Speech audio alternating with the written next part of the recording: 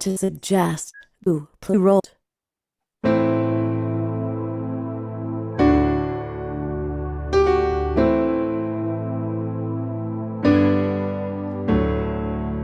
And that you are watching this because you have heard the call.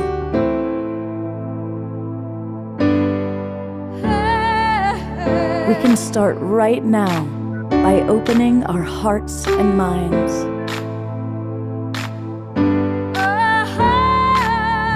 Welcome to the awakening world.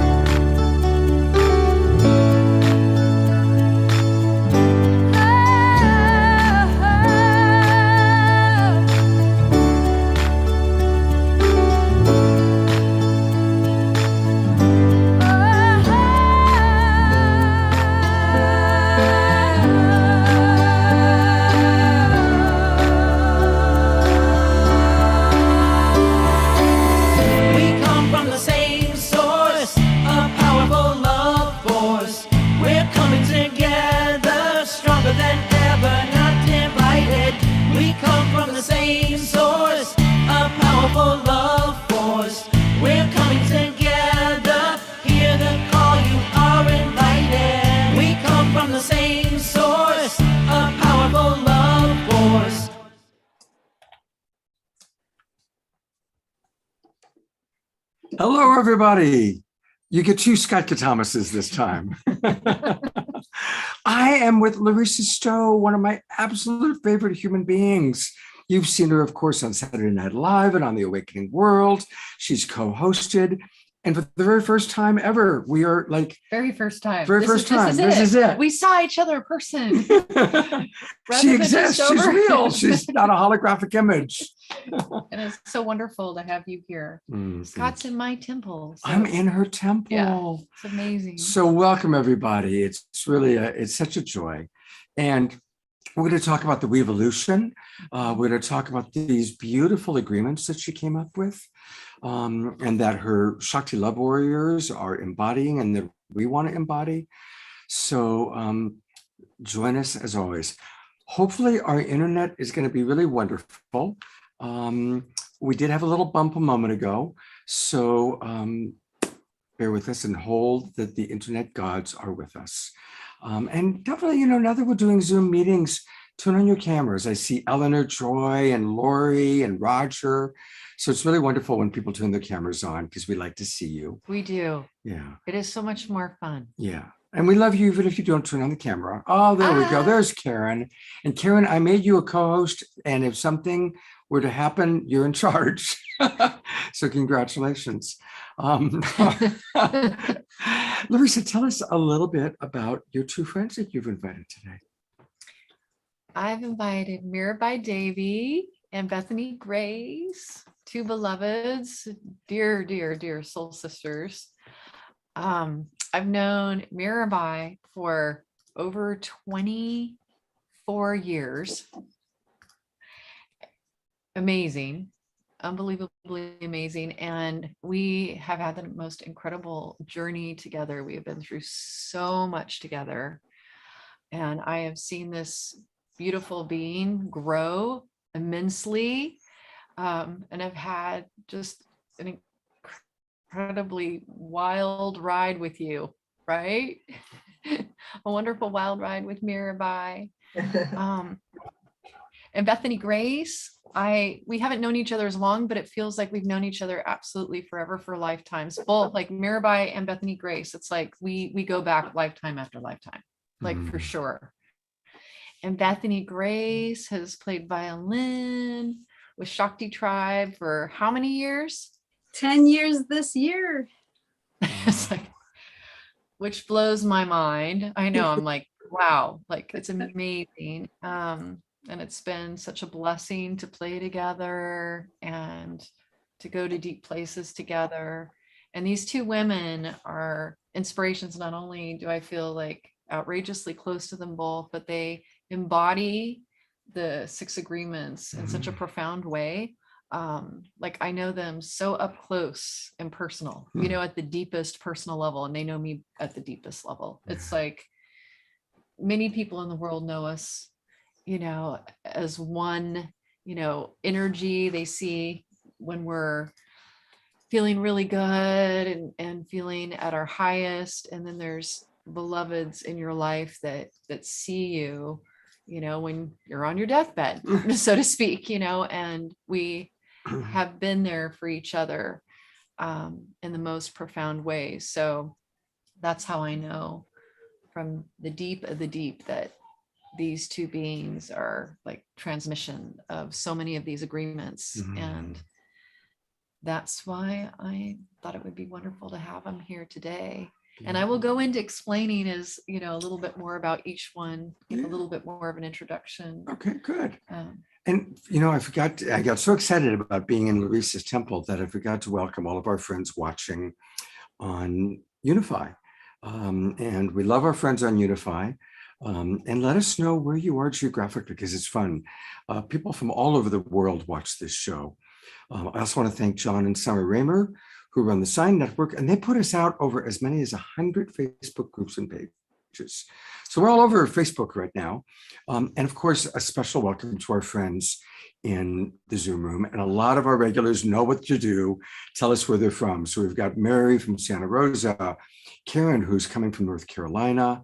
We've got Eleanor Joy, one of our favorites from Vancouver Island, Lynn and Leaf. Beth, these are all people that we love. And if you haven't put in where you are geographically yet, whether you're watching on Facebook, watching on YouTube, or in our Zoom room, please do so. And for those who are watching on Facebook, come on into the Zoom room with us. It's really easy to do that. Just go to globalpeacetribe.com, globalpeacetribe.com, and register. And once you register, you're going to get the links to all of our rooms, Zoom rooms, for all 3 shows. We do 3 shows every weekend: Friday night, Saturday night, and Sunday morning. And Larisa's going to be a very special guest Sunday morning. We'll talk about that a little bit later. And tomorrow night is a big collaboration with Unify and Global Coherence Pulse. So a lot happening on the awakening world.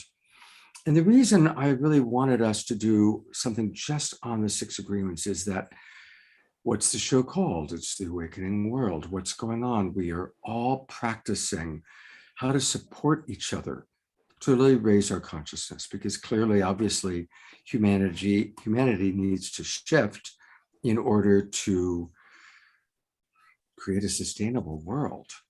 And one of the things that I love about Larisa is she is so dedicated to doing the work.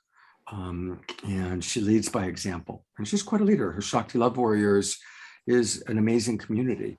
So I love integrating communities. That's why we do a lot of collaborations.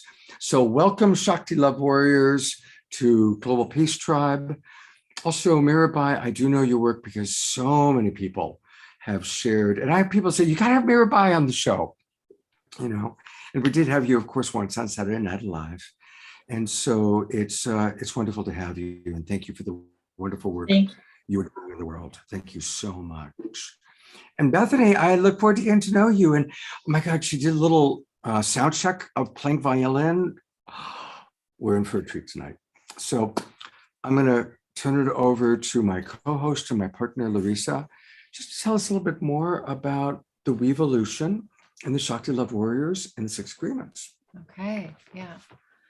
Well, the WEvolution started out as a divine download from Divine Mother. And speaking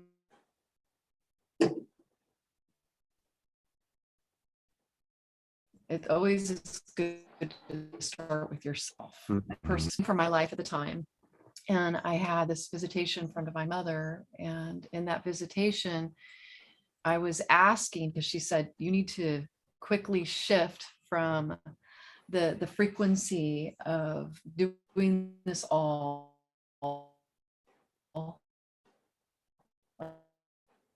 like your own private connection, or I had to unplug from just me going straight to source and doing it all by myself and plug into the we, which is really the divine feminine. And given that I didn't know what that was, I said, well, how do I evolve? And she said, there is no more wevolving, no more Evolving, evolving, it's there's wevolving. And she said, there's no more evolution, there's wevolution. Wow.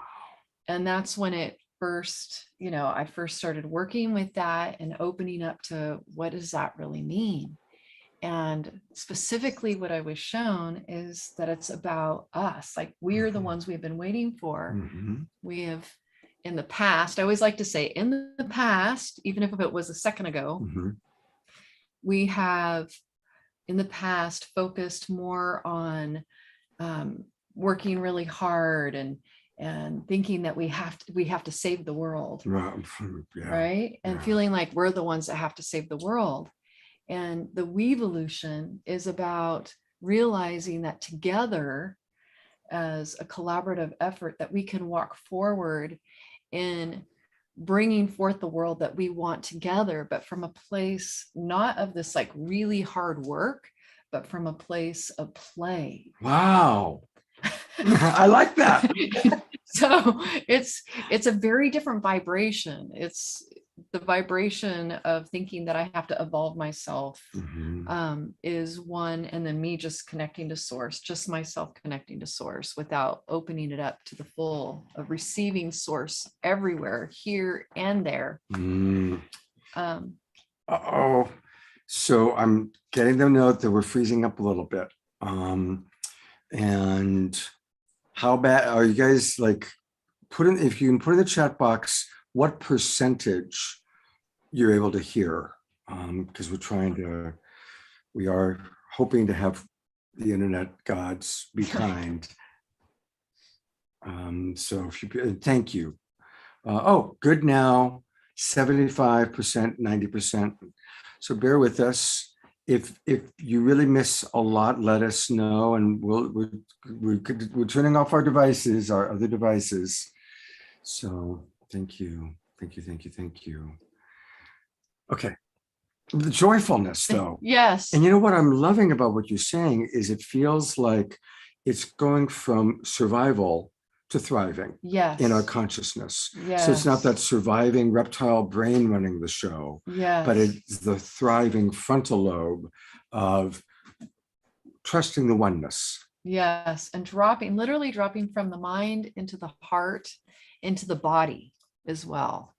So we have a tendency in the past to move from and have the mind lead with our consciousness. And this is about dropping fully into the body and into the connection with one another, knowing that source is not only something that we connect like this to, but that source is all around us with each other. And it is a spirit of play and collaboration. And it's really about linking arms and hearts and hands and walking forward in a unified vision of compassion. So heart-centered leadership, heart-centered living in life. So that is I would say the just, of what I was saying. It's the meat of what I was saying. Beautiful. So, yeah. And as always, we want to see your thoughts, your comments, and if, what is this? How does it relate to you? How do you relate to it? Any thoughts you have, comments, questions, and I'll really do my best to, of course, check them and share as many of them as we can to make it an interactive dialogue. Yes. And I would say that the 6 agreements came out of that because how do we actually put this into practice in life? And talking about it and saying, yeah, we want to lead from heart-centered awareness and we want to walk together with this vision, and this collaborating in this vision is one thing, but how do we do that? Yeah. And so putting them into practice is really important. So that's where the 6 agreements came out of that. And it took months, honestly, and some help, from my friends. Laurie Goldstein is tuning in right now, and Lar really gave some beautiful enlightening pieces, illuminating pieces to the 6 agreements. And Benj is always a great editor. So Benj did some wonderful editing. And so it's a we space, as always. And obviously all these agreements were born out of the wisdoms that have been around forever, right? But it's crystallizing that and focusing on these specific ones that make a really, really big difference, and how we are able to raise the vibration of the planet, raise the vibration specifically of ourselves first, so that we can do this and usher in this new world that we've been talking about for a long time, that is much more heart-centered Beautiful. than mind-centered. Now, of course, we're going to go through the 6 agreements. And for those of you in our Zoom room, I've actually put the document into the chat box. So you can go into your computer and just open it up and look at it and keep it and save it. We'll, of course, open it up and screen share it. But before you screen share it and go through the 6, do you want to check in with how Mirabai and Bethany relate to the 6 agreements? Yes, Yeah. I would love to. I thought it would be easiest to start off with Mir, and so that I can introduce Mirabai in a little bit more depth about who she is. So in the world, when I met Mirabai, she was already deep in doing her healing work. Like I said, about 24 years ago, we met in Tres Piedras, New Mexico, at a friend, Carol Allen's wedding. And when I met Mir, she was already, fully embodying her healing work in the world after she had completely divine opening experience, and was given that transmission of healing. And as long as I've known her, she has just been building and building her mission in the world of spreading and sharing that understanding of how to open to the light, how to connect to the light within, and helping people heal. And she is, you may not know it from the get-go, but this woman is very fun. And that I was curious what word was going to come out. No, you have no idea. You would not know from the get-go, but this woman is and there's about 40 words that flew through my mind. Which word is it going to be? There it is. There's the fun. See? Yeah, there it is. Because Mirabai, she could sit there and she's got this more of a formal energy. Yeah, the countenance of wisdom and And I think in our relationship over the years, that's even from the get-go, from the moment that we met, I think that was the piece, is pulling out that part, because she is so fun and so playful and giving herself permission. And that's a lot of our relationship. Mirabai, I'd love to hear about that, because of course you are a beloved spiritual teacher. So has that been part of your process to learn to make it more fun, or have you always had that kind of spirit of play? Well, I'm in love with nature and animals and, sweet beings like that. So I've always had the spirit of play that comes out. But I have had to learn to play a lot more. And definitely Larisa has been a big influence on me in that regard, because I do work a lot and help a lot of people. And I'm very focused, like a laser beam, super laser focused on my light mission. So this is something that I'm learning and growing through. And I just had the most amazing opportunity to go up the West Coast of California and into Oregon. So I had some beauty and some fun, and got to connect with some incredible beings, including deer and seal and wild turkey and all kinds of animals up the coast. And then also in Kauai with my chickens and pigs and cats. And I just really come alive around all that. And so just having more time to play and be in nature is really important. I'm learning that. Well, since you love animals and sweetness, this is Jasmine Bear.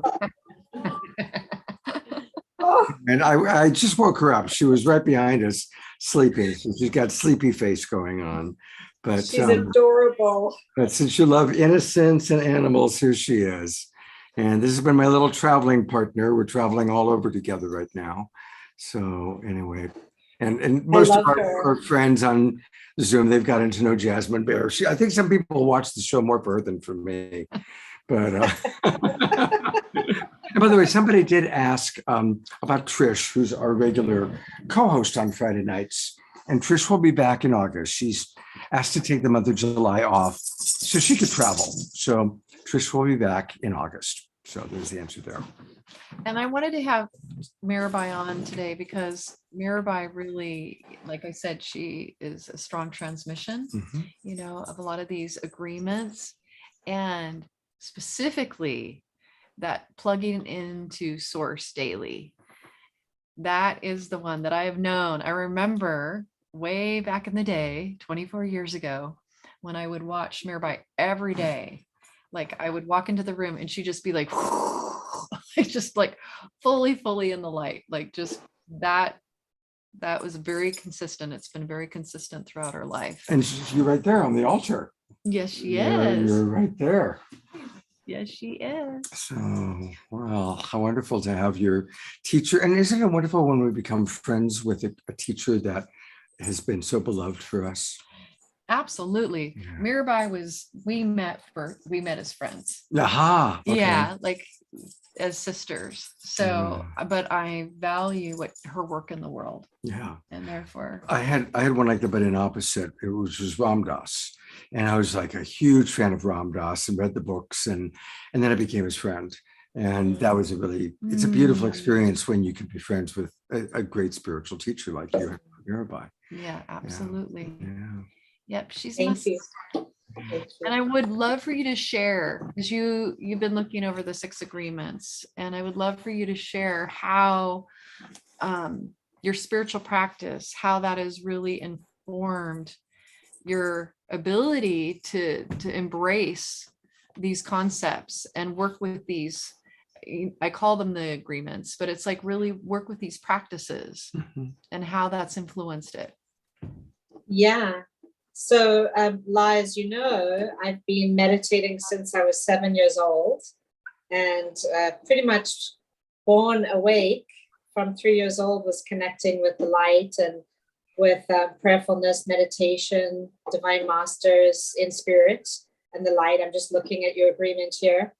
And so later on, when I had my awakening, my bigger awakening in India in 1992, and merged into that state of God consciousness, my thing was like, how do I teach this? How do I share this? How do I help people to awaken to their God self within, to their inner love, to their inner divine? It's everywhere, it's in everything.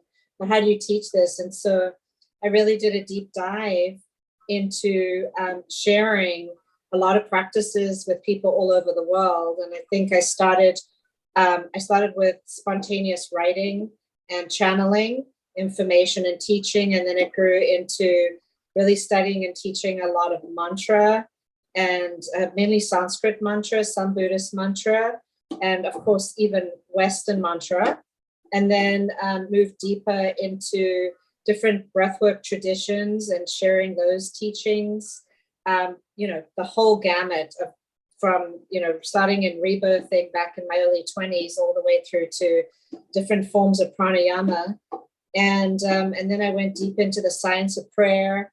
And of course, prayer is so powerful for me, because prayer is talking to God, and meditation is listening to the answers within, inner listening. And so I developed like a very deep teaching based on my studies in my early 20s and the early 1990s with the Findhorn Foundation in Scotland, which is one of the biggest spiritual communities on the planet, where I was studying with Eileen Caddy. It's very blessed to be with her in form, and started teaching these workshops from Eileen's tuition all over the world on listening to the still small voice of God within, listening to our inner guidance, dialoguing with our inner voice, and being in a constant state of communion, right? And when you're in a constant state of communion back and forth, when you're praying, talking to the God self within, and meditating, receiving the answers, then that living prayer, that living meditation becomes a moment by moment thing. It's not just like, oh, I sit down to pray once a day, or twice a day. It's like you're constantly in that inner communion with the divine or the God self within. So you're always asking and receiving guidance about every little thing. And you're on that path of being led, guided, and directed so that you're always in communion. And then you're plugged into the source. And what greater thing is there to be plugged in to the source? And of course, it took a lot of time and stillness to develop samadhi and higher states of consciousness and ecstatic states and blissful states of union. But then the goal was to teach others how to experience that, whether it was transmitting it to others or whether it was putting people into that state or giving them those practices, as many practices, so that they could go into the state. But obviously, we practice and we practice, but it's transmission that takes us there. It's that inner union, it's that inner connection, or the transmission from someone that's already in the state. And then we go into those states of union or those states of communion. And so we have to really make that the most important thing in our lives. And so while everybody else was going out and having families and kids and jobs and careers and homes, I was just focused on God realization my whole life. It was my only passion and devotion, and it came above all else. And since I'm like a super laser beam, that I wanted to attain that before anything else, because it's like Paramahansa Yogananda says, seek ye first the kingdom of heaven, and then all else shall be added into you. Also the words of Yeshua. So connecting into source was the number one priority in my life. And if you make your spiritual practice your life, and you make your connection with source or God or the light the number one priority in your life, then everything else that comes after that is just so beautiful, because you've developed that muscle and you're kind of not in the driver's seat anymore. The light is driving your life. The divine is driving your life. And there are, you reap the rewards of the practices. So I would say to everyone, to live the spiritual practices and let your life become your spiritual practice. Let every single moment of your life be your spiritual practice. That's all I want to share about that. No, it's powerful. Yeah, Paramahansa Yogananda is my master teacher. And I remember the quote where he says, everything else can wait. The search for God cannot wait, which is another way of saying what you just said. And so thank you for that. Question, how do you, for yourself, or when you're supporting people, when people are really having big external world hard stuff, what's the tool that you would recommend for maintaining that connection to God's source first, even when there's the presence of very real pain? Yeah, I feel that you're talking about pain body or shadow work. And so I would say that, we can't run away from our pain or our fears. We have to face it head on. And when we face it fully and we embrace it and we allow ourselves to do the work by really diving into it with the help of a guided counselor or a guided spiritual teacher or a trusty, best friend or a mentor, then we have the ability to remember that we can be dual focused. We can have our focus be clearing the blocks, the issues, the pain body, the shadow, whatever's coming up, and mining the depth of those issues, because that's real. That's what's really going on for us. That's what we need to be facing and clearing and owning, while honoring that inside of us is this witnessing consciousness, is this observant nature, is this third identity, right? The self that is always observing, that is always neutral, that is always loving us no matter what we're going through. So we can laugh at ourselves, or we can cry with ourselves, or we can be our own best friend. We can love ourselves through the process because we're not alone in it. Beautiful. Thank you for, I didn't mean to interrupt you. Oh, so yeah, that's good. And I would also ask, you to feel into, for a lot of people, they start to connect into their divinity But then there's this disconnect for a lot of people. Like there's a feeling of I've got my divinity, feels so good when I go into the light, but now I'm experiencing this emotional pain, and it almost becomes even more painful for people because it's like, okay, I know what it feels like to be in bliss, I know what it feels like to be in the light, but suddenly they're up against their human self.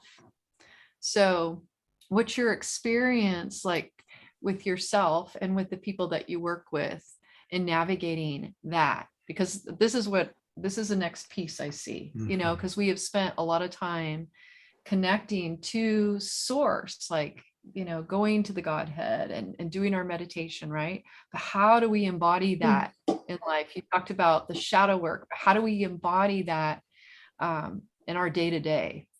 And what do you see with that? Yeah.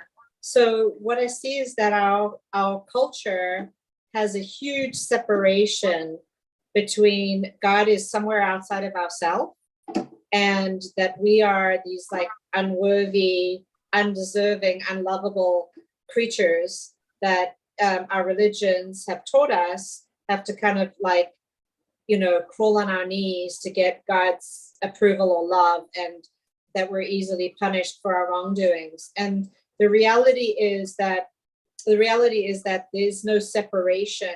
In fact, separation is an illusion, and that our consciousness is everything, right? It's the human, it's the pain, it's the suffering, it's the death, it's the morbidity, it's the agony, and it's humanity.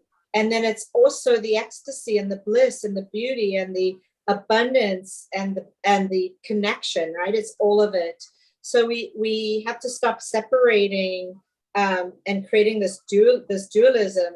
And so what I teach is a non-dual awareness, a non-dual lifestyle and practice, which is based in the fact that we don't have to disassociate or detach to the point where we're not paying attention to our emotional body, because if we ignore our emotional body, then it's going to, those biochemicals are going to rise up and create cancers and different kinds of lumps and tumors and things to get our attention, or erupt like volcanoes. So we have to work to clean our emotional body and our mental body. So I have so many different techniques that I use and that I share with my students on how to clean the emotional body and how to clean the mental body, whether it's radical self-acceptance, self-awareness, mindfulness, practicing going in and doing extractions, working with the pain body and really feeling the emotions, and then having some form of relief when it becomes overwhelming, whether it's breath work or whether it's grounding or embodiment. Usually the main thing is to remember that body and soul are just the ice in the water. So embodying fully and embracing our courage, our strength, our fearlessness, our invincibility when we feel weak and we feel vulnerable and we feel helpless and we feel unworthy or undeserving. And to access that whole gamut of all these different aspects of ourselves, instead of being in this blinkers on tunnel vision that we're just this pain, or we're just this cancer, or we're just this migraine headache, or we're just this failure in our lives. So shifting out of this separation consciousness into non-dualism as a practice that has like a whole wheel of spokes of different techniques and practices that free people or liberate people from being in a constant perpetual state of suffering. Because suffering is real in this realm, it's real in this world, it's real in this body. There's no escaping being in suffering in this form. And so we have to work with it. And every time we try to deny it or ignore it or pretend it's not there, we're going to only make it worse. Yes, absolutely. And I feel too that in the past, we have seen our spiritual teachers, like in the world, like Yogananda, even like yourself. One of the things I'd like to bring up to people is that there is this illusion a lot of times with spiritual teachers that they're not human, and that they have gone beyond, and they've got, they did all the work, and so now they're just constantly connected to the light all the time. And that really is a disservice to humanity, because then humanity starts to feel, we start to think, well, gosh, I keep working on this. I keep meditating. I keep doing these things. And I'm still experiencing pain and suffering sometimes. I may not, as my friend India over here likes to say, it's like I may not live there. I may be visiting it, and not living there, but still, feeling like there's something wrong. Right. Because I'm having such a human experience. And I could never be where Mirabai is at. I could never be where Yogananda was. Exactly. Yeah. And so we create this separation, or then comes the disillusionment when we do discover that our spiritual teacher is human. And right? Did whatever human thing. They get knocked off the pedestal, and then you get demonized because you're not this perfect being that people thought that you should be. So this is another piece I wanted to speak to today. And Mirabai, like even specifically with you, like this piece of cultivating courageous vulnerability in life. As I've known you, and we even talked about this today, this is something I wanted to bring up. It's like, I know in the past that people have had this idea even of Mirabai and myself too. And boy, do I try to, punch holes in all of that, being the goofy person that I am. I try to punch holes with my goofiness and all that. And I know that Mirabai has experienced this too, where people have pedestalized her and thought that she is just this, this divine being that doesn't have these feelings and emotions like the rest of us. And that's not healthy for them, and it's not healthy for her. And the truth is that she is this wonderful spiritual teacher, but she's also very, very human. And that piece of courageous vulnerability is for teachers now to realize we don't have to hold that anymore. We don't have to hold that image because people are projecting that image. And I know for Mir, we've talked about this, that people have had in the past this expectation of you.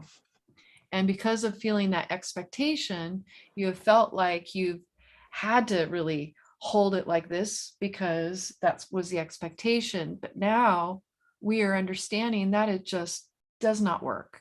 No. And so today, one of the things that I'm excited about you sharing as well is, this piece. And I'm just going to read it because I think people are asking us to go over. Okay, and I'm going to bring it up on the screen. Just before you do that, I want to acknowledge a couple comments. Okay. First of all, a lot of people are saying appreciations. We're getting a lot of appreciations from our friends in Unify and on Facebook. And Eleanor Joy writes, just as an example of the appreciations, thank you for these beautiful reminders, very clear and spot on. I'm doing the deep dive now, and it's a new experience for me and very worthwhile.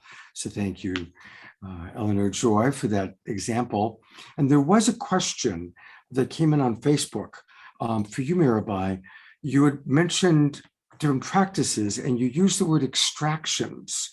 And so Jojo on Facebook is asking, what do you mean by extraction? So if we could just answer that question, okay. And then we'll read. Okay. Sure, yeah. So I, like many of the audience here today, I'm sure, am an empath and a sensitive. And as an empath and a sensitive, you tend to pick up other people's feelings when they don't even know they're feeling it, or you tend to pick up other people's negative energies, whether it's intense anger or intense fear, or whether it's actually things that have blobbed on like hitchhikers. And those things get stuck into the auric field, or they can even bury their way into the physical body. And then we get headaches and back pain and neck pain, or we get dizzy, or we get nauseated, or we get sick, and we don't even know what's going on. And then an intuitive or a sensitive can work with you and do an illumination, which is, if you think about it, it's kind of like a shamanic term, right? To illuminate, fill you with light, and then go in and find where those negative energies have lodged into your body or into your subtle bodies or into your etheric field that are causing you the pain or the discomfort, wherever it is in your body, and then extract it for you, so that first of all, that negative energy that's either attached itself to from other people, if you're sensitive to other people's energies, they call them OPEs, just like we deal with EMFs. These are OPEs. And so a sensitive or intuitive will come in and extract that for you. I do a lot of that in my work and practice with people because I'm a seer. And sometimes we just can't see it for ourselves. It's like we can feel it, but we can't see it. So we need someone who can say, I see exactly where it is. We're pulling that out now, clearing that. And now you're back to your radiant health or feeling better or clear. And it makes such a difference. It's a lifesaver. I have people from all over the world who see me for that. And they are just so incredibly grateful because they're back to functioning. They're back to normal. They're back to their health. And without that extraction, it's really hard to just clear it just with breath work or visualization, or, there's so many, like the golden bubble or the golden egg protection or the violet flame or the fire or the white light or all of that stuff. It doesn't really remove it. You've actually got to extract it. Thank you. It's a function. Yeah, what a beautiful service you're providing. And several people on Facebook right now are saying, yes, extractions. How do I get one from you? Great. So, Pull me out. Okay, we will go to Mirabai's website and learn all about how to connect with her and receive her services. We'll do that in a little bit. So stick around. Thanks, Scott. Yeah, it's a real thing. you. I mean, so many people suffer unnecessarily. I can't even tell you how many people. It happens to most people, and they don't know where to go, what to do, or how to deal with it. It's very painful. Well, thank you for that service. Mm-hmm. Okay, now you can read the, and thank you everybody for your comments. We'll continue to read some of the comments throughout the evening.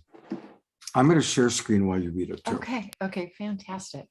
And I'm thinking we might as well read the first one. Okay, I'll make it bigger too. Okay.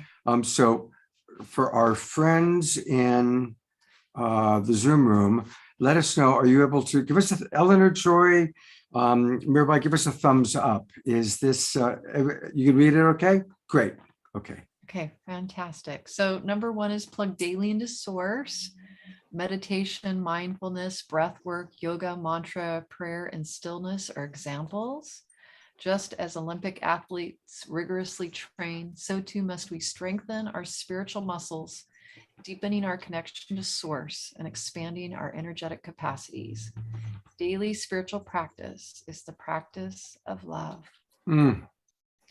So we just spoke on that. Mirabai spoke on that quite a bit and the importance of that.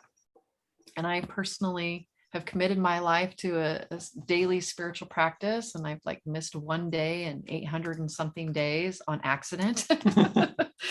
But it's something every single morning that I'm very committed to, and it makes all the difference, absolutely all the difference, and has inspired the WEvolution, and these agreements. It's created the foundation for everything. So I want to just invite our Zoom roomers and our Facebookers, put in the chat box, what are your spiritual practices? Don't be intimidated. You don't have to have done it 1,100 days in a row. But if you have daily spiritual practices, it's always helpful to read what other people's practices are. So pop it in the chat box and I'll share. If you want to be anonymous, just say anonymous. And I'll share what some of those practices are as examples. I would love that. Yeah. Yeah, and getting back on that horse if you fall off is the best way to do it. Yeah. And once I started, didn't want to stop. I can't imagine my life without it now. Are we going to number 2? Yes. Okay. Number 2 is cultivating courageous vulnerability, allowing people to see your struggle, to see your humanity. Take off your social mask. Dare to be transparent. You allow others to contribute more to you when you do, creating deeper connection in your relationships. And this is the piece, like with Mirror, that I wanted to speak to, because as an example, you give, in life, so much. And this piece of allowing yourself to be fully seen and all of your humanity, which is beautiful and fun and playful, gives you an opportunity to be you be received like fully as well, and you feel yourself being fully received in life. And so I would Yeah. love for you to speak to like what you're learning, how you're learning and growing with this, what is coming up for you, like around, opening more to play and connection with others in your life.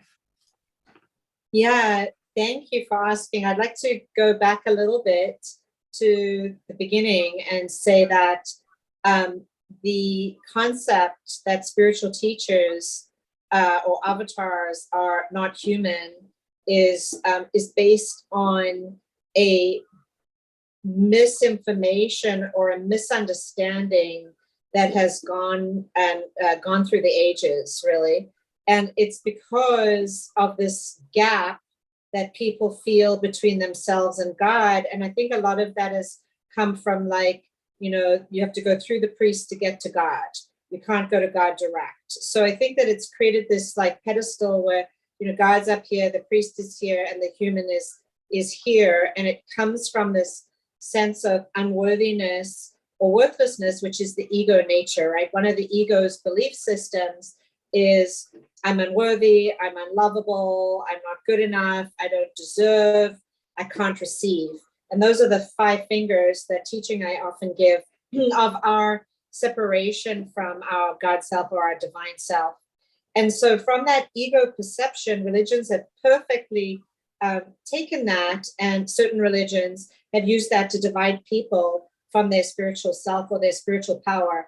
And so now that we're going through this awakening and ascension, where we're waking up as a human collective, we're not really into this whole separation of here's God, here's the priest, here's the spirit, the human being, or here's God, here's the spiritual teacher, here's the human being.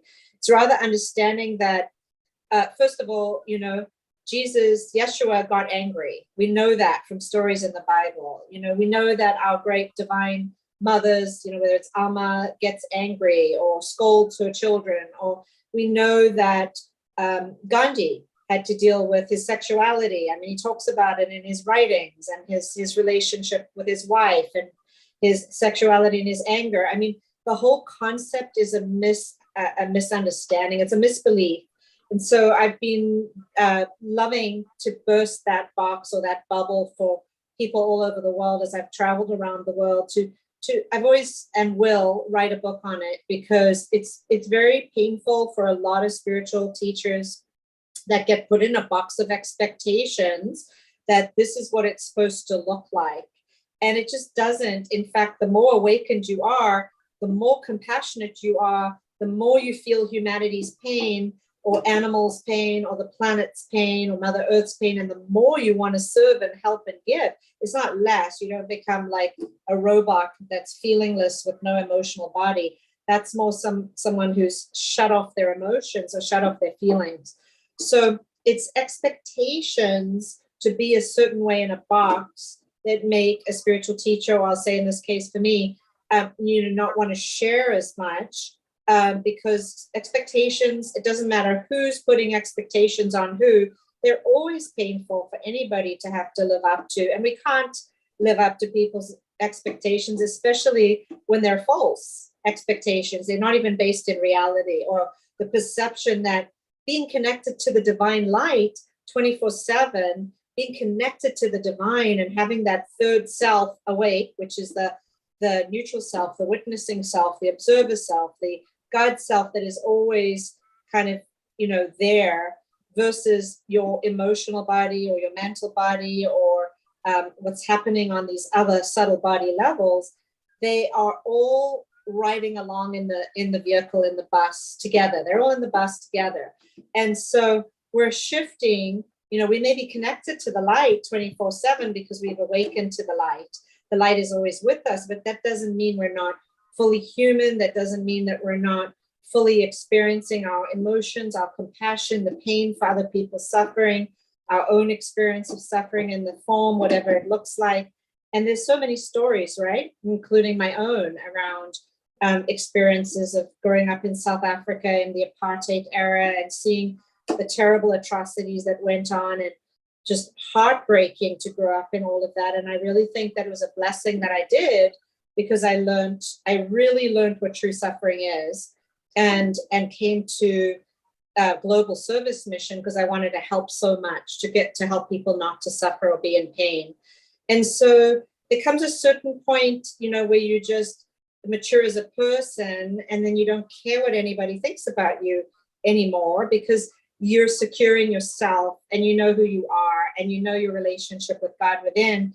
And you also come to realize that everyone and everything is you, and that we are all one. So you don't have to prove anything. You don't have to be someone. You don't have to care about the expectations. And so it becomes easier and easier just to dissolve those illusions and be yourself. And once you become yourself, then you're so happy, because you feel natural and you feel your own natural state. So you don't have to be anything for anyone, really. And then there comes a point where you can just use it as an education tool or a teaching tool, right? To help people to snap out of that illusion. Because it's just an old story that's been going on for way too long. So that's why we need to share this knowledge. And you're freezing, so maybe say that again. Oh, I'm sorry, you're freezing. Could you say that again? Thank you. I said I have a provocative question for you. What is something that you share with people today? Something that that you're going through that is opening you up and teaching you something new that you have not maybe in the past had such a grasp of in the past. So is there a piece that you could share with us on a personal level that models this courageous vulnerability? Like, what are you going through, Mirabai, that is strengthening you and helping you be more of who you are as the human, having this divine being, having a human experience? I have to say that the first thing that comes to mind is that for the 30 years that I've been doing this mission around the world, I was in a urgency to save humanity. And I think that I carried this frequency of we've got to wake everybody up, otherwise we're not going to make it. And now I think I'm coming into more of an acceptance that within myself, that first of all, there are so many people just checking that, are we freezing here? How's the internet connection? Just checking if that's me or you freezing up here. Yeah, I just asked our group, so let us know if friends in our Zoom room, let us know how Mirabai's internet connection is and how it is for Larisa.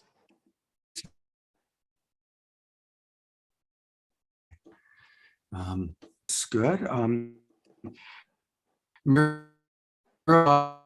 I was going in and out. I'll read a couple of quick practices because a lot of people are sharing their beautiful practices. Thank you. And I want to get to Bethany right and after we're going to get to Bethany. Yeah, we got to get to our Bethany Grace. Well, Karen Eisenberg wrote, I live in gratitude for everything and everyone. I go out on nature walks and connect to source in all that I see. I send healing to our beautiful planet, all of humanity, family, and friends. I listen deeply in meditation and to everyone in my life. Beautiful.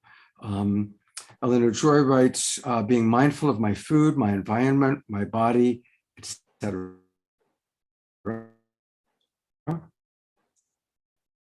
Writes, I use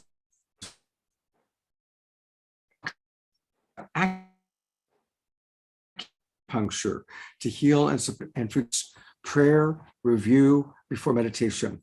Also, watering my plants is a meditation in itself. Sitting on my porch, my happy place, integration and contemplation. One person writes, the Global Peace Tribe nurtures and nourishes us. That's good. And then Dorina, who's coming to us from Ecuador, writes, my daily favorites include sunset practice of pet and purr therapy, play and laughter therapy, daily experience instead of on occasional, as we need to be less serious, smile and laugh. That's her great gift. She knows how to be wacky. Nature-based spiritual practice, connecting with the consciousness of the earth, elements, plants, and animal life. And her practice has increased deeply, learning about the Kogi people of Colombia. So thank you for all of those beautiful practices. And more people are saying, thank you, Mirabai, for these beautiful words. So how's Mirabai now? Is my sound good? Am I back on? Okay, awesome. Scott, you were really going in and out during reading those comments. They were fading in and out, but I think because the comments on the chat, a lot of us were reading the comments along with you. So that was helpful. Okay, great. Yeah, just to finish that thought so we can go over to Bethany, I was just saying basically that I think I was living in an urgency, that if we don't wake everybody up, humanity's not going to make it. And I think we're there, we're in that time now where we're in it, we're in the soup. It's like really, thing has hit the fan. It's all happening. The total chaos is here. And now it's really about, it's really about us doing the work ourselves. And I think teachers like myself and others that have put in a good 30 years of working with people all over the world, day in and day out, 24/7, are now really able to step back and is my sound okay? Can you all hear me? Mirabai, So no, sorry. your internet's gone into the red. So Okay. let's, Thank you. oh my, we love you so much. And hopefully Okay. I can track, how it's going. So let's Okay. start bringing Bethany on, and then hopefully what you may want to even do is leave the Zoom room and come right back in. That sometimes makes a difference. Will do. Perfect. Thank you. And Thank you, sweetheart. love you so much. Love You're you awesome. Oh Love my you God. too. People So loving much. you. Thank you. Love you too.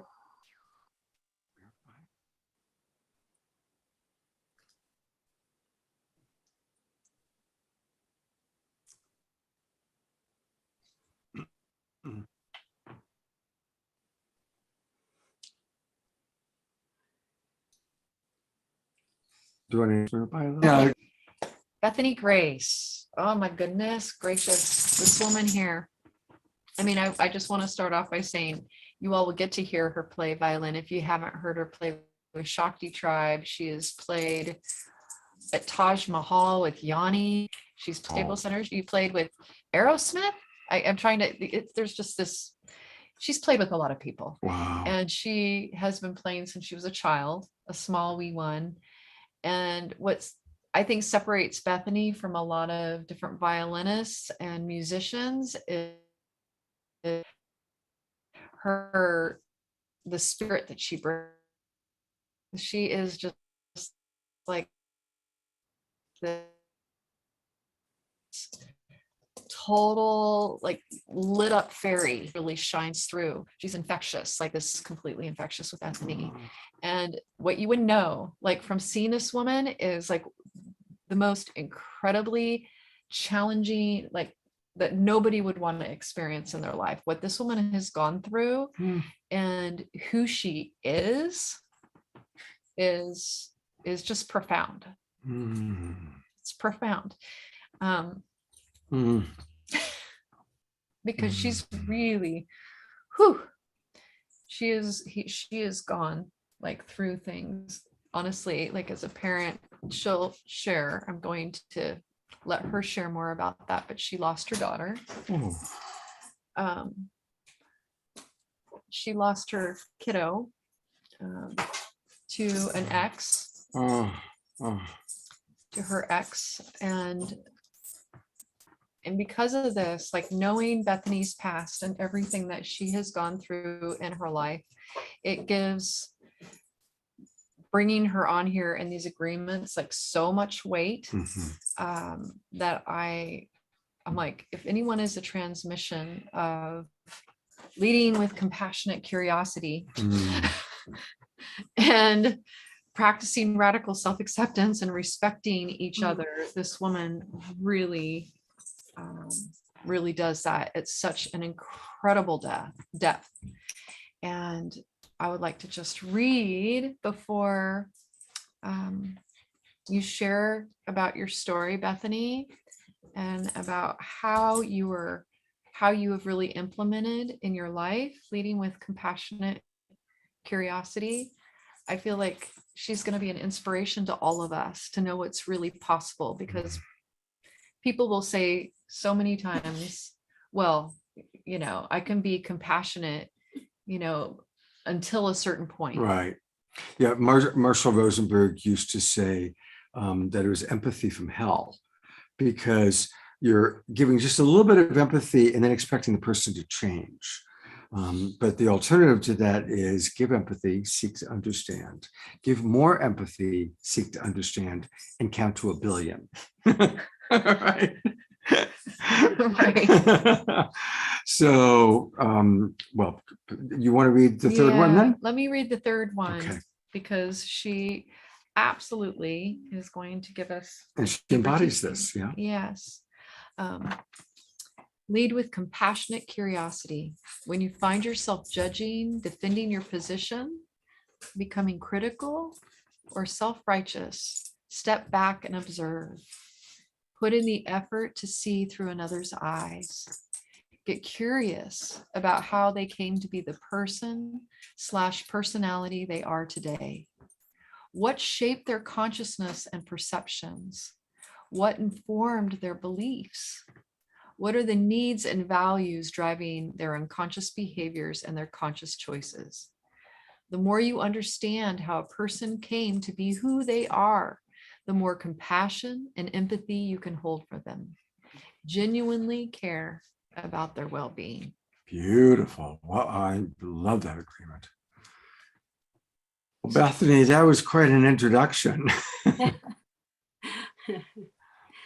Well, I am so blessed that you asked me to be here and speak.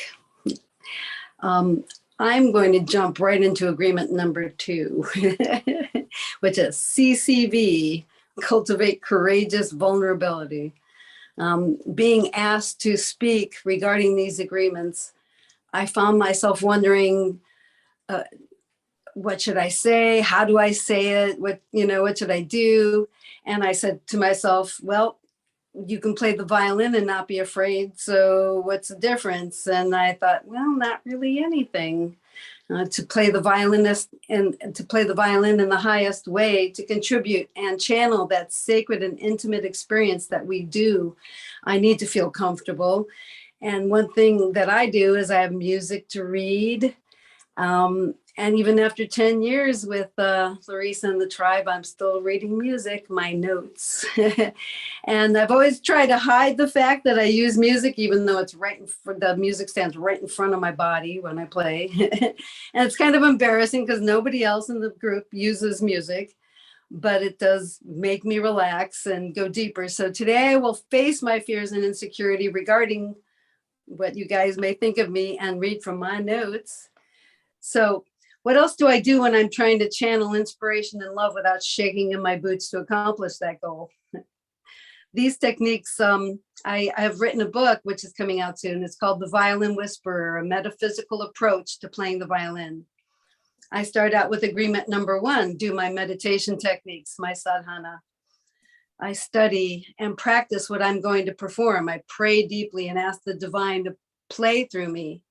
And when I walk on stage, I call into being agreement number 3.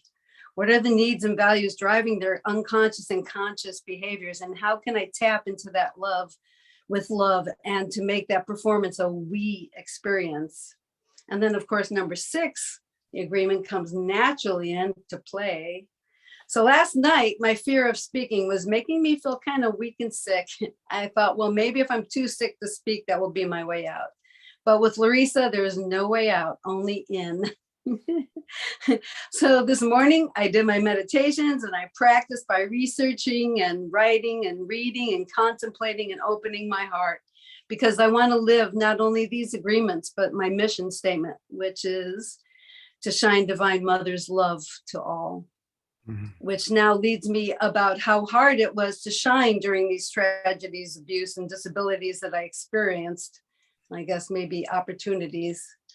Well, my guru, Paramahansa Yogananda, says that 75% of your salvation comes from the darkness of depression is the light of God and gurus. That they're there for 75%. They give that much, and then they told me, says that you need to contribute your own contribution of 25%, which has to be 100%, 25%.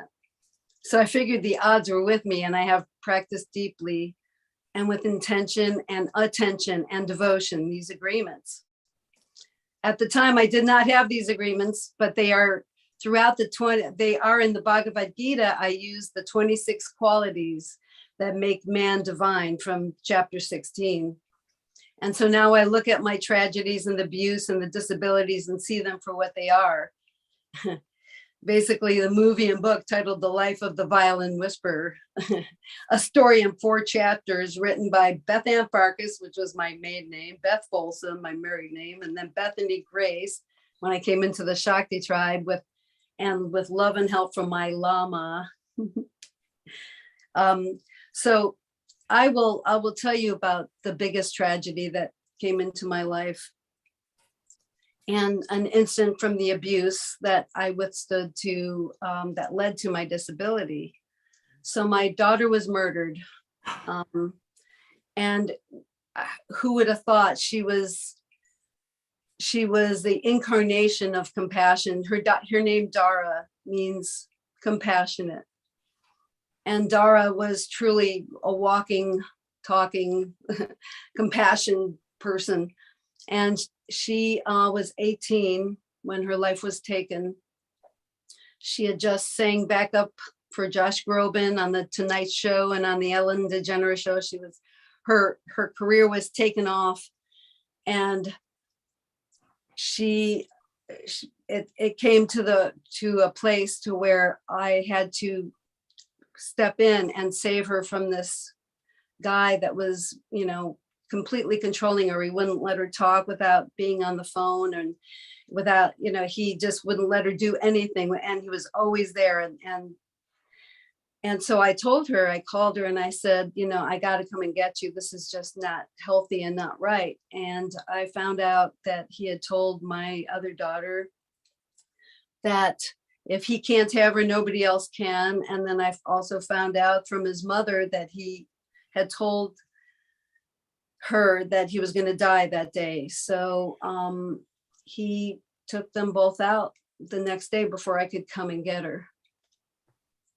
And at the time, it was totally shocking. And I realized immediately because I have such an amazing practice that I've done every day, and amazing gurus, immediately, I would say immediately, without any hesitation, I had to forgive him for killing her. My other children did not have that same belief system, and it pretty much wrecked their lives. But then, it was very important to me to understand, like you were talking about the, number 3 that you just read, that I had to understand what was in his life, where he was coming from. And I did hear from his mother that they had fled from an abusive father. And that father, was from Persia. They left Persia to escape the abuse that the father inflicted. But he took it up. Apparently it just is passed on.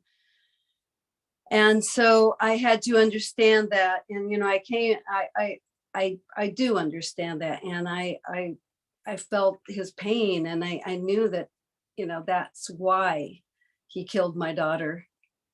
And then a week and a half after she died, I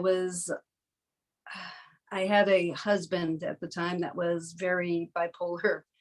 And about a week and a half was all he could handle of me, it being about me. And so he told me I couldn't go to work. And we had a concert that was dedicated to Dara, playing Mahler's First Symphony, which was her favorite piece. and he wouldn't let me leave. And he told me, nope, it's time for me now. And then I said, no, I have to go. And he says, and in order to keep me home about a week and a half, he just beat the crap out of me. And I was all bruised. I couldn't go. I was not in any shape to go to this concert dedicated to her. And it was, the sadness, I couldn't believe that, this could happen right after my daughter died. And then he beat me up so bad that I lost the ability to play in the symphony. I played in the San Diego Symphony and the LA Philharmonic. And so I lost my job, and I made my husband leave, of course, and I lost my daughter. And,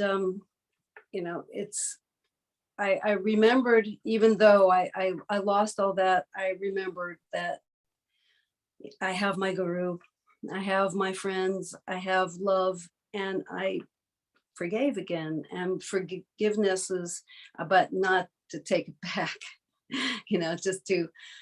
just to forgive and move on, which is not easy when you're in that much pain.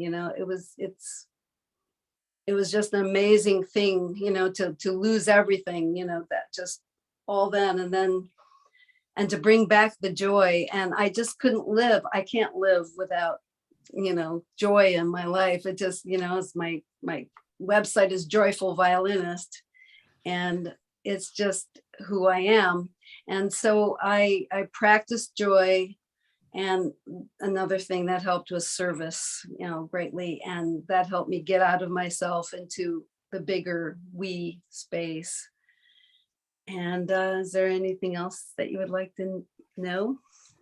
Well, I just want to say a lot of people right now are responding.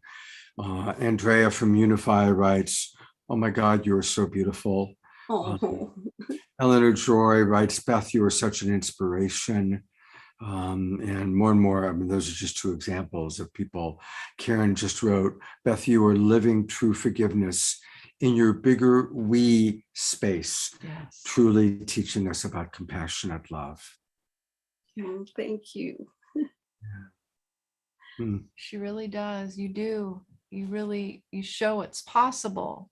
Because so many people feel like it's not possible to lead with that compassionate curiosity and to open up and really look at where people are coming from and try to see how somebody could come to do the things that they would do. Like yours is a very extreme example, and you were able to do that because we can't really forgive.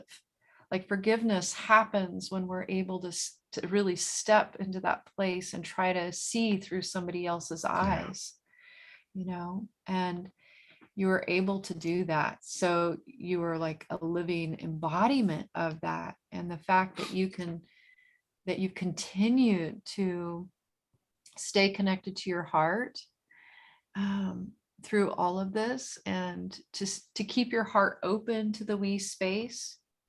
Bethany Grace, the first time she ever played with us was it was in Idlewild. Whole being The whole being week. The whole being week. Oh, Yeah. we were both there. We just didn't meet. We didn't meet that time. Yeah, we didn't meet that time. Yes. We were there. I remember seeing you. That was the first show she ever played with my us, and she gosh. played on the anniversary of her daughter's death. Oh. That was the first time she ever played with Shakti Tribe. Hmm. So, and the way that she was able to show up and play with a full heart, like with full passion, full heart, again, it just exemplifies how she has been able to really live these agreements in her life.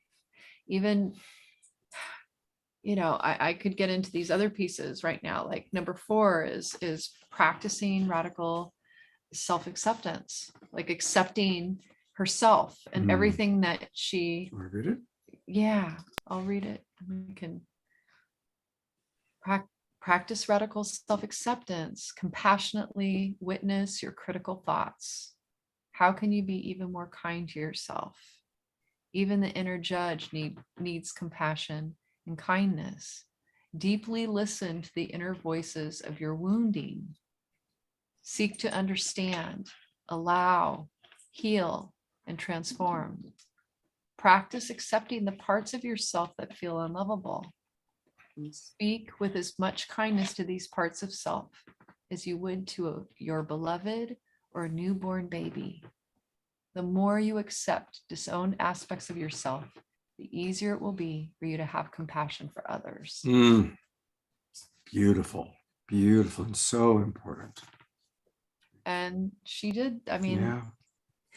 completely exemplified that piece as well, to accept your own wounding through the situation, through that harsh situation, accept everything that you're feeling, your depression, allow yourself to be held within that as you held fast to your spiritual practice, going into the light, which is foundational, which gave you again that the road to radical self-acceptance.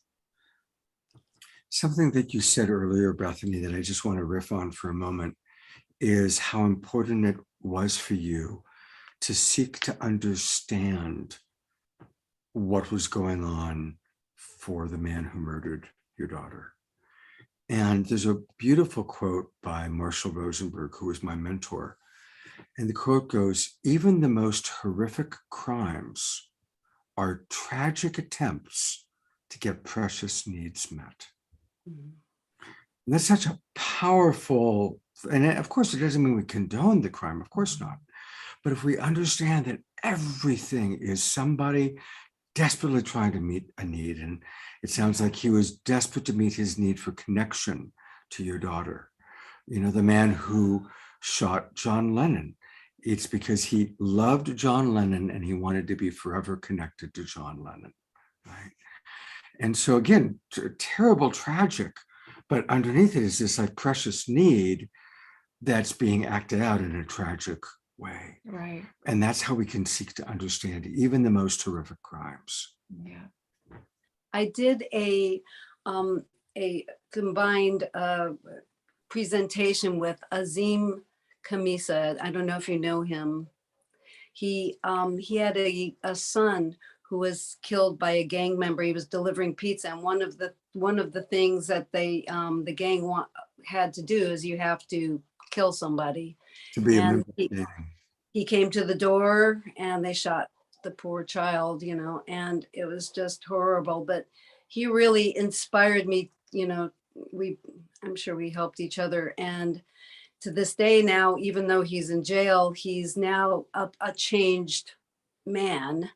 And he is understood, and they've started this global where they go into schools and speak about the gangs, and the man does too, that's in jail, that he's totally changed. And they've, it's just amazing, the love that, it's almost like he took the place of his son, even though he took his son. Yes. It was very, very incredible. And he speaks, if anybody gets a chance to follow him, I think I highly advise it. Amazing being.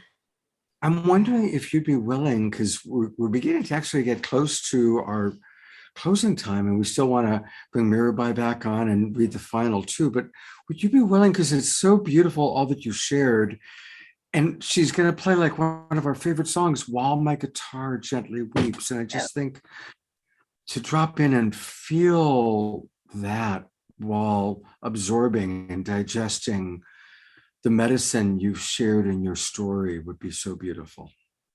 I'd be so happy to. What an honor. Thank you. And here's some inspiration for you. Again, everybody's saying how inspiring, but Ayada Ayala, one of our regulars, writes, "I was almost breathless listening to what you just shared, Bethany, and my heart was aching for you and the pain you have endured. What a bright and loving presence you are. Thank you for sharing so deeply and honestly about your healing journey." Karen writes, "Bethany, I thank you with all my heart for your heart of radical self-acceptance." Suzanne writes, compassionate and courageous, truly an inspiration. Bethany Grace is truly fully full of grace. Love to you. Oh, So there's a little inspiration for you. that will definitely come through this piece now. Here we go. I think you'll all recognize it.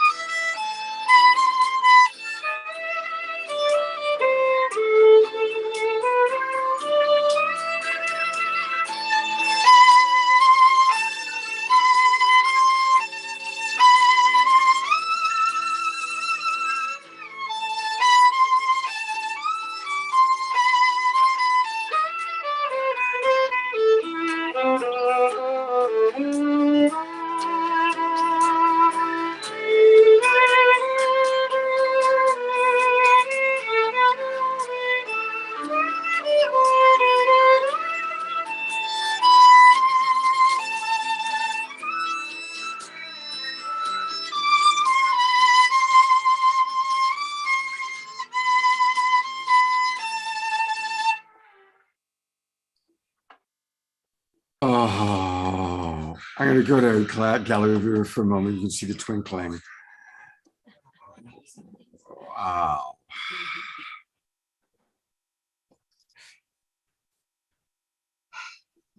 Bethany Grace. Bethany Grace. I'm going to read a few of the comments that just came in. Josie Ann writes, Bethany, you are a super survivor. You didn't just bounce back, but you are thriving after so much suffering. Ayada writes, my tears are flowing. Heather writes, oh my, wow, so beautiful. I am bawling while listening. Bethany, you are so strong and courageous. Such a beautiful soul and such an inspiration to us all. Eleanor Joy writes, I'm feeling your daughter coming through this music with a sense of determination and even joyfulness. And those are just a few of the comments that have come in. Yes, that is so beautiful. Bethany, thank you so much for your courage to share your story with everyone today. You know, it really does take a lot of courage, and because you did, everybody is just feeling it so much, and just overpouring. The heart is overflowing and pouring with such gratitude from everybody, and it's like they're feeling the journey with you because of you sharing so vulnerably. If I have your permission, Bethany, I want to edit your story and then your incredible violin playing for that perfect song. And we have in our YouTube channel at the very top, favorite segments. And I want to put it at the top of our favorite segments. Because truly, I've done 450 shows, had amazing musical artists like Larisa. And this is one of my absolute favorite moments ever of any show that I've done. Oh, that means The combination of your story and your artistry and watching spirit flowing through you, watching how you're kind of in your body, but spirit is coming through you. Channeling. It's, I'm really struggling to give it a quality of words. Thank you. thank you. And since I'm struggling with words, I do want to remind people about her website. And her website, of course, is called joyfulviolinist.com. joyfulviolinist.com. And there's a lot of things there. Her music, she's very generous.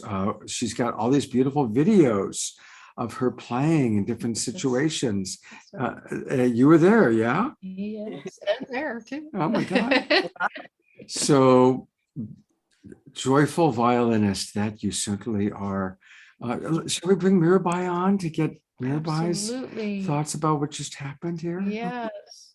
Mirabai, you're back on camera with us. Thank you. Yeah. Can you hear me okay? Perfect. So Bethany, what I would say that was bone chilling, went right to the core. And the other thing I wanted to share with you is that to me, your story was such a beautiful example of how connected you are in your trust and in your faith in God, and knowing that beyond a shadow of a doubt that, you know, that we are souls, that life is so transitory, and that we have these contracts, and everyone comes here and plays out these contracts that can be so devastating and so shocking and so horrific, but then they cause such an immense level of spiritual and soul depth and growth and wisdom and compassion and love that comes out of it, and how that grew you. And just when you were sharing the music and sharing after the music, the light that was on your third eye was like a spotlight radiating out, and the light that was beaming out of your heart chakra, and just how you've grown and integrated from this experience. It just is such a living example of how the most traumatic, tragic, darkest experiences of our life can be the greatest teachers that can enlighten and awaken us to such a level of closeness and deep connection to God. So that I think that's also why it touched everybody so deeply. because it's such a true example of someone who can overcome and realize to that level and extend. So thank you. That was really, really deeply touching. Love you. Do you want to read? We're going to go a little bit later tonight. Usually we end at 9 o'clock, but we are going to read the 5th and the 6th agreement. And we're also going to go to Mirabai's websites. And again, beautiful comments coming in. Mary Beth just wrote, what a beautiful tribute to your daughter. I feel her here with us. So Bethany, you've changed our lives tonight. You truly have. You've changed our lives. You've brought a deeper understanding of what's possible, even in the face of such tragedy. Thank you. Thank you, Bethany Grace. I know that wasn't easy. All right, 5th and 6th agreements. Yeah, Yeah, okay, here we go. Number 5, respect each other. You don't have to agree with another's beliefs to be thoughtful and considerate in your communication. Refrain from yelling, using words and body language that objectify, generalize, or dehumanize. Use language that creates connection rather than black, white, right, wrong dialogue. Before you engage in conversation, get clear on your own motivation in the exchange. Are you sharing to affirm how you think/feel and to change someone's opinion? Or are you allowing the space to create deeper understanding and connection? Mm. And I want to say one thing about that, which is, this agreement is an agreement that we can make in the world, but first we have to make that with ourselves. Mm. To respect ourselves and respect our own boundaries. Respecting for others is a lot about creating healthy boundaries too. Mm-hmm. Yeah. Right. But it always begins with ourselves. Mm-hmm. And having that respect to listen to our own needs deeply, and needs being like connecting to source, taking care of ourselves, eating well, all these things. When we take care of ourselves, when we respect ourselves, it makes it much easier to respect others Mm-hmm. in the world. And so all these agreements really are pointing back to ourselves first here before they point out to the world. These are such beautiful agreements. At that 5th one that you just read, a practice again that Marshall Rosenberg taught was eliminate all enemy images, meaning notice when you're calling someone an idiot or a jerk or an asshole. Notice that and stop, because that's dehumanizing. Yes. And yes, people are going to make choices that have hurtful consequences. They're going to engage in behaviors and choices that we don't like, but differentiate between the choice he's making or she's making, and don't escalate it into dehumanizing the being. Because our problem is never with the being. Our problem is with a choice or a behavior that they've made. That is the whole point, is separating the behavior and the choices from the soul. Yeah. From the soul of who that human is. Yeah. Because we all come to love. We all return to love because we are love. Yeah. And we may come into these bodies and forget. And that's a part of the whole thing of being here, is forgetting so that we can grow. If we don't forget, then we're not going to grow in the same way. And so remembering that piece. Beautiful. And we could dive more into that, but we don't have the time. So we'll have to do another edition of this for sure. Okay, here comes the 6th and final one. And number 6 is play together. Get out there and play. Make music together. Find the humor in life. Laugh. I want to add laugh, even though it's not right there. Somebody was saying laugh, earlier in the comments, right? Play improves relationships. It inspires deeper connection and bonding with others.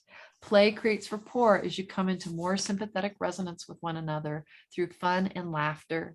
It teaches cooperation. Mm. And that, again, we can point it at ourselves too, like to be able to laugh at ourselves, Yeah. right? To be able to laugh at our own vulnerabilities, our own blind spots, what we might call our weaknesses, to have that ability to laugh and to bring that laughter into community, allowing others to be able to see our weaknesses and being able to laugh at that.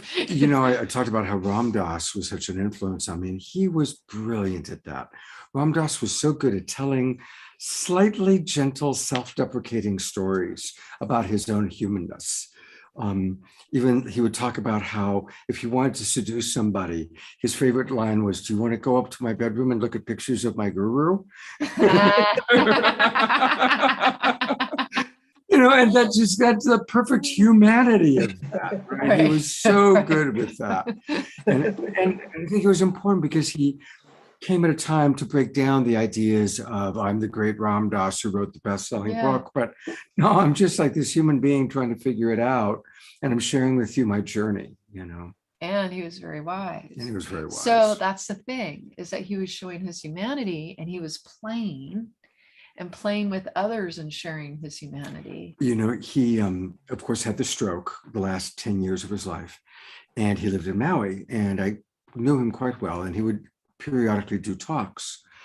And one talk, like 200-300 people in the auditorium in Maui listening to him speak, and some smart ass goes, "Oh, see, I just did it. I just did it.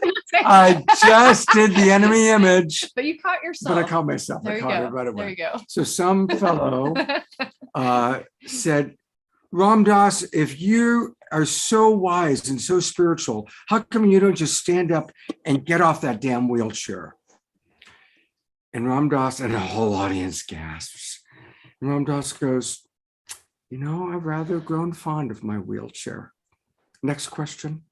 It was just so light. So like, no, I kind of have grown fond of my wheelchair, you know? And it was just like the way he handled that attack with just such grace, as he would call it, fierce grace, such beautiful grace. Yes. Like, you know, yeah, so love you, Ram Dass. Love you, Yogananda and Rosenberg and all of our heroes. Wow. Okay, how to get more Mirabai, because people have been asking. You ask, and we do our best to show you. So we're going to share a couple things about Mirabai, because she's got a couple of really important websites. Her primary website is her name, mirabaidevi.org. Make sure it's a .org.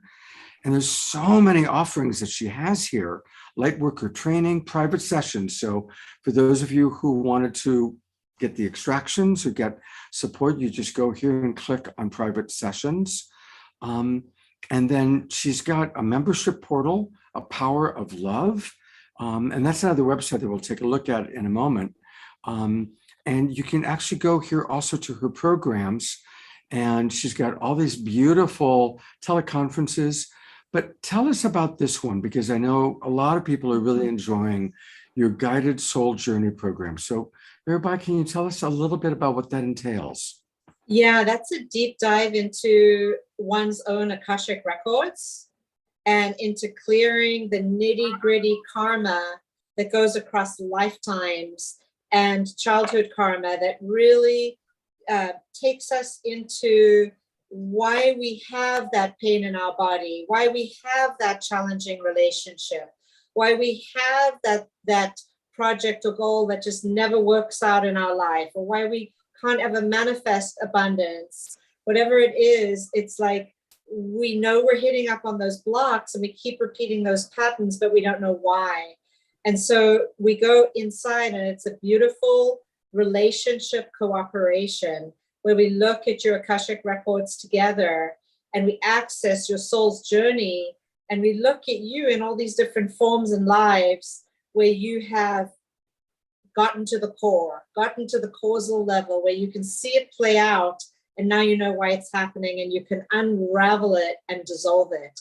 And we break it up with beautiful things like light transmissions and intuitive readings and opportunities to extract negative energies and to clear you and to align you and also bring you into higher states of consciousness. And the whole guided soul journey is about moving out of victimization into self-realization. So moving out of slavery, which a lot of the human race has been in slavery for a long time, and moving into liberation, self-empowerment, self-love, self-acceptance, and really getting to see that, wow, I've created my own movie. I'm the writer, the director, the creator, and the producer of my own film, and I've played all the roles. And I thought that it was other people doing this to me, but nobody's done anything to me because everyone is me. And actually, I've created this myself. And so I have to go inside and make total peace and love with myself and accept myself as I am and know who I am. And from that place, I can make empowered choices. From that place, the veils have dropped and I'm able to see reality as it is. I'm outside of blame. I'm outside of judgment. I'm outside of separation. And I'm now seeing the stuff that I've never wanted to see or look at. And so it's such an aha awakening experience that people are doing it like a second time and a third time and a fourth time, because every time we do it, we go into new records and we go into deeper how long layers. does it last? How long is the course? It's 5 weeks. It's basically a 5-session program. Okay. And you can do it individually or you can do it in a group. And so I've walked groups of 8 people up to 25 at a time. And I'm walking a lot of people individually also through it, because it's my greatest passion and deepest soul commitment to help people unravel to that point of realization and awakening and liberation. It's so ecstatic, so freeing. So you find that on mirabaidevi.org. It's the Guided Soul Journey Program. And then there's a second website that she has, because she has so many beautiful offerings. And apoweroflove.com is her other website. And that's where people can get the membership portal and come in at different levels to get your trainings. Is that correct? Yes. There's all kinds of different trainings and workshops and programs, live transmissions, videos, teachings. Oh my gosh. Look at all that you got. And here's the transformational media, all the recordings and books that you've done. So, wow. Look at all. Just, wow. Beautiful. Absolutely beautiful. Wow. What are the divine principles? That jumped out at me. Yeah, that's something that was channeled to me and downloaded that I've been teaching all over the world. And so it's me giving a talk on these, basically the spiritual principles. It's like a guidebook to life through spiritual principles. And so, yeah, it's very in-depth. Well, thank you so much for your decades of service to humanity. And it's a beautiful, I'm so grateful that you're spending time with us, to be with us on the Awakening World. And so many of our friends have really appreciated you. So thank you. And thank you for inviting your dear friend. Absolutely. Wonderful to Thank have you, you Scott. here, sweetheart. Thank you, Larisa, Lala. Thank you so much for having me. It's really beautiful. Thank you. And another, again, want to let people know, if you haven't already joined, if you go on Facebook, and a lot of you are watching on Facebook, Larisa's Shakti Love Warriors. And I've been promoting this for the 2 years since I met you. And doing Saturday Night Live. But every day at 11:11, there's a beautiful meditation. Sometimes it's led by Larisa, but she really shares it out to all of her different Shakti Love Warriors. So tell us a little bit more about the group. This group has become like a really beautiful online sangha, like a spiritual gathering of souls to raise a vibration together. And like you can see, like Maura led the other day, and Guru Purnima is a day in India. Yeah. She's talking about Guru Purnima. Yeah. And look at how many people are connected, 171 comments, 300 views. So it's, it's a very thriving community. Absolutely. Yeah. We have a lot of people stopping in and dropping and meditating together and coming into support for one another. And it's not to say that our community hasn't had challenges, because we've had challenges come up within within the community, because people have different beliefs and they'll express their beliefs. But what I love about our community is that we're working these agreements. We're working these 6 agreements. Like, it's a place for people to be able to share who they are, and it's safe. And we're creating this safe container for everybody. And It's an online gym for the 6 agreements. it is. Yeah. It's an online gym. I'm working on number 3 right now. That's right. And we have daily practice. So Mhm. plugging daily into source, we have that. We do that every day together. And I mean, I've always said that it's okay if it doesn't happen one day, you know, that if we do it offline, we'll still be doing it together. But for whatever reason, we consistently, you know, we show up and people substitute if somebody gets sick, and it's pretty amazing. Beautiful. There's a lot of love.